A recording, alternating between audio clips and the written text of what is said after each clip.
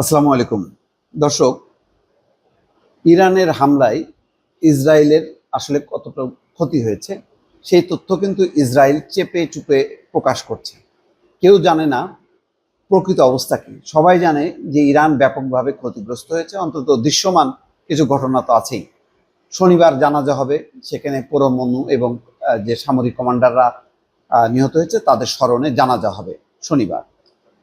তো ইসরায়েলের অবস্থা কি? ইসরায়েলের দৃশ্যমান বড় ধরনের কোনো সামরিক কমান্ডার, বিজ্ঞানী বা কর্মকর্তা কেউ মারা যায়নি, কিন্তু জনসাধারণ যে কি পরিমাণ ক্ষতিগ্রস্ত হয়েছে তার একটা চিত্র তুলে ধরা হয়েছে, যেটা গণমাধ্যমে এসছে। ইতিমধ্যে বলা হচ্ছে যে ইরানি হামলার পর ক্ষতিপূরণ চেয়ে ৩৯,০০০ ইসরায়েলির আবেদন, মানে ইসরায়েলের ৩৯,০০০ নাগরিক ক্ষতিপূরণ চেয়ে আবেদন করেছে। তার মানে বুঝতে পারছেন, মাত্র ১২ দিনের সংঘাতে ইসরায়েল কি পরিমাণ ক্ষয়ক্ষতির সম্মুখীন হয়েছে। এটা ছাড়া আসলে উপায়ও ছিল না।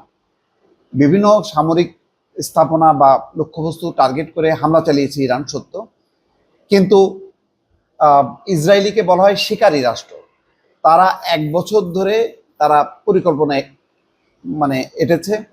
সেখানে ইরানের ভেতরে তাদের গুপ্তচররা ঢুকেছে, মোসাদ ঢুকেছে, তারা পরিকল্পনা করেছে যে কোন কোন কর্মকর্তাকে তারা মারবে। এটি ছিল তাদের মূলে। আর কোথায় কোথায় তাদের সামরিক স্থাপনা ছিল, ১ বছর ধরে পরিকল্পনা করেছে। কিন্তু ইরান তো ১ বছর ধরে ইসরায়েলের অভ্যন্তরে এরকম পরিকল্পনা করেনি। সাধারণভাবে হয়তো ইসরায়েলের কিছু সামরিক স্থাপনার কথা তারা জানে, সেই অনুযায়ী তারা হামলাও করেছে। কিন্তু ওই যে নির্দিষ্ট কর্মকর্তা, যেটা ভেতরে একেবারে ইসরায়েলের ভেতরে ঢুকে যে হামলা করা, যেটা মোসাদ করেছে, সেই কাজটা করেনি। কিন্তু যখন নাকি যুদ্ধ শুরু হয়ে গেল, তখন ইরানের আর কোনো বিকল্প ছিল না ইসরায়েলকে থামানোর জন্য। তখন তারা একেবারে নির্বিচারে তখন ওই লক্ষ্যবস্তু ছাড়াও তারা বিভিন্ন বেসামরিক স্থাপনার উপরও হামলা করেছে।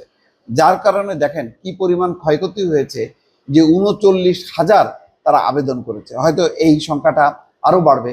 এখন পর্যন্ত যেই সংবাদ এসছে, এটা বলা হচ্ছে স্থানীয় সংবাদ মাধ্যমের বরাতে গতকাল মঙ্গলবার এই খবর জানিয়েছে তুরস্কের রাষ্ট্রীয় সংবাদ সংস্থা আনাদলু।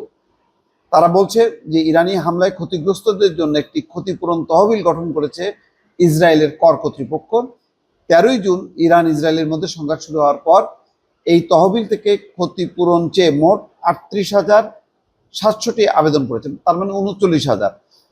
ইরানের ক্ষেপণাস্ত্রের আঘাতে বাড়িঘর ভবনের ক্ষতিগ্রস্ত হয়। ক্ষতিপূরণ চেয়ে আবেদন জমা পড়েছে ৩০,৮৯০। এছাড়া ৩,৭১৩টি আবেদন জমা পড়েছে যানবাহন ক্ষতি হওয়ার কারণে। চিন্তা করেন, ৩,০০০-এর উপরে শুধু যানবাহন ক্ষতিগ্রস্ত হয়েছে।